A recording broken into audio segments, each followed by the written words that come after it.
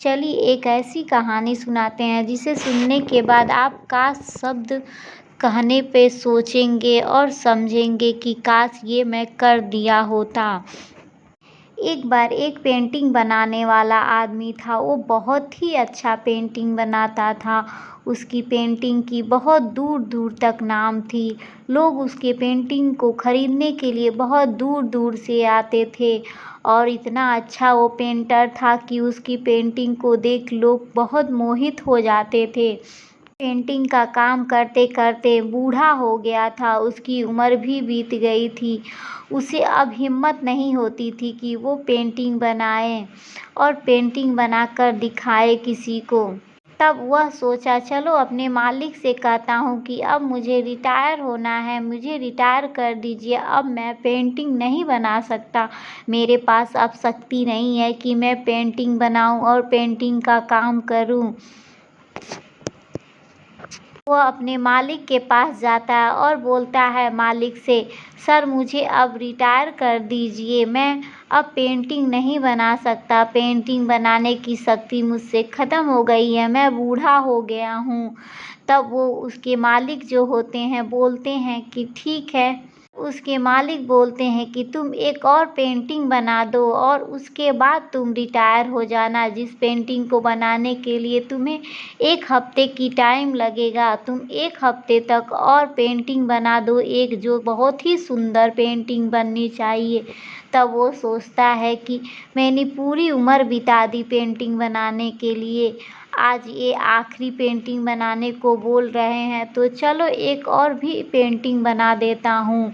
और वो अपनी बात मालिक की बात मान के एक और पेंटिंग बनाने को तैयार हो गया और वह पेंटिंग बनाने लगा। लेकिन उसका मन नहीं लगता था पेंटिंग बनाने में, क्योंकि उसकी उम्र बहुत ज़्यादा हो चुकी थी और बूढ़ा हो चुका था, इसलिए उसको पेंटिंग करने का मन भी नहीं करता था। और वो पेंटिंग एक बनाया तो लेकिन वो पेंटिंग बहुत ही ख़राब बना। वो पूरी लाइफ में वैसा पेंटिंग नहीं बनाया था जैसा पेंटिंग बना दिया, इतना ख़राब पेंटिंग बन गया।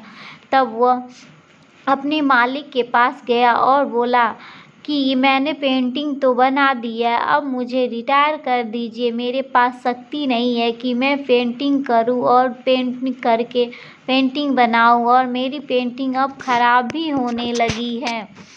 तब उसके मालिक बोले ठीक है, जो पेंटिंग तुमने बनाया है वो पेंटिंग दो मुझे।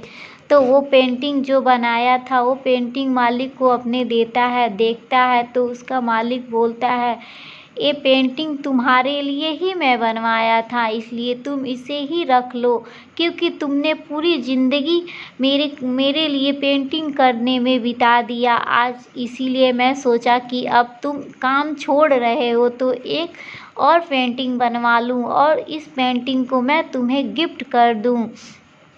तब वो पेंटिंग उस आदमी को दे दिए उसके मालिक और बोले ये तुम पेंटिंग रख लो, तुम्हारी ये पेंटिंग आखिरी पेंटिंग है और ये तुम्हारे लिए ही था। तब वो बूढ़ा आदमी सोचने लगा काश मैं इस पेंटिंग को अच्छा सा बना देता और ये पेंटिंग मैं खुद रख लेता। मैं इस पेंटिंग को इतना ख़राब बना दिया, काश इतना अच्छा बनाया होता कि पेंटिंग को देखने के लिए दूर-दूर से लोग आते, जैसे मैं पहले पेंटिंग बनाता था और बहुत दूर-दूर से लोग इसे खरीदने और देखने आते थे। वो पछताने लगा कि मैं थोड़ी और मेहनत कर देता तो आज पेंटिंग अच्छी बन जाती, मैंने बिना मन का पेंटिंग बनाया और इतनी ख़राब हो गई और इस पेंटिंग पे मेरा ही हक है। पेंटिंग लेके बहुत ही उदास होकर अपने घर चला आया और रोज़ उसे देखता था और बोलता था काश मैं ये पेंटिंग अच्छा बना दिया होता, अब तो मैं मर भी जाऊंगा लेकिन ये पेंटिंग सही नहीं बना पाऊंगा।